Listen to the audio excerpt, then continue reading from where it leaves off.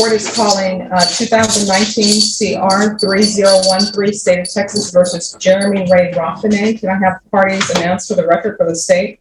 Michelle Hayden for the state. For the defense? Robert Maurer for the defendant, Your Honor. And are you Mr. Raffinet? Yes, ma'am. All right, we're here for sentencing. You received a guilty verdict from the jury. Have both parties had a chance to review the PSI report? Yes, Your Honor. We have, Judge. Any objections to the PSI report from either side? No, Your Honor. No, Your Honor. All right, state. Your Honor, we don't have any witnesses. We just have argument and we'll reserve. All right, defense, I'll hear your argument then. Judge, I'm sure the court remembers this trial. I was frankly stunned that any jury in Bexar County would have convicted Mr. Raffinet on the facts and the testimony that was put in front of it. Both with the testimony from the complainant that contrasted with the testimony from her own mom. The detective, I think, did a poor job working the case up and presented the evidence. I think the court should take that into consideration when assessing punishment.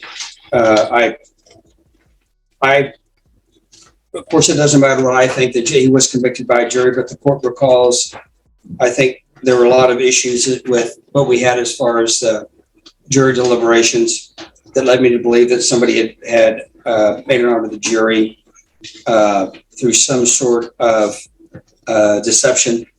And I would ask the court to sentence Mr. Raffinet to 2 years GDC based upon the facts of the case. As the court recalled, the allegation was a one-time touch over the clothes while the mom was out partying with her friends. And that was the entire case. Mr. Raffinet's prior criminal history involves, I think, some state jail time for theft. Judge, I would ask the court to take that in consideration when assessing punishment. And I would ask the court to sentence him to 2 years TDC since he is not eligible for probation. All right, state. Your Honor, defense seems to have a different recollection of the case than I do. The court heard the testimony of Angelina Straub, Christina Bigler, Eric Mata, and Detective Stokel. I thought Angelina and her mother both came across as very credible and still very affected by what happened to Angelina that night. Now let's talk about the defendant's criminal history. Defense says that he did some state jail time for theft, but he actually did more than that.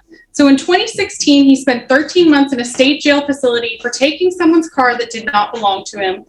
In 2017, he was confined for 12 months for another theft in Comal County. And in 2019, he was sentenced to 4 years in prison when he screwed up his probation again on a case where he'd taken someone's property that did not belong to him. So the defendant has a bad habit of taking things and touching things and people when he shouldn't. Let's talk about this case.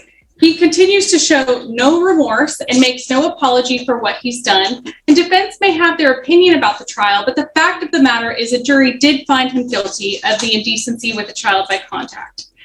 Now, Angelina had to wait 4 years. That is a long time in the life of the child. This isn't the trial anymore. This is sentencing, where the judge decides exactly how severe the punishment should be. The jury has already found the defendant guilty. Now both sides are about to fight over one question: how many years should he spend behind bars? Watch closely, because every argument from this point forward is designed to influence that number. She had to stand in front of this court and be re-victimized. It was clear when she walked into the courtroom and started testifying that she was still very much affected by what the defendant did to her. And think about how frightened she was that night when she texted her mom. He violated this family in the worst way possible. Christina Bigler thought she met someone who cared about her and her kids, someone that she could trust, someone that would help her. Think about what it was like for her to get those text messages that night, how terrifying that must have been. And she can't be here today because her child is sick, but you heard from them in the trial. We're asking you to sentence the defendant to 11 years in prison, so that for the next 11 years, or the remainder of his sentence, he can think every day about how he's not supposed to touch children. 12 months wasn't enough. 13 months wasn't enough. 4 years wasn't enough for him to learn to be a better person. Give him 11 years, 1 year for each year of Angelina's life at the time he molested her. Let that be a daily reminder to him that what he did was wrong, and we are going to hold him accountable, and that when you decide to touch a child's vagina, it's going to be taken seriously and you will be punished.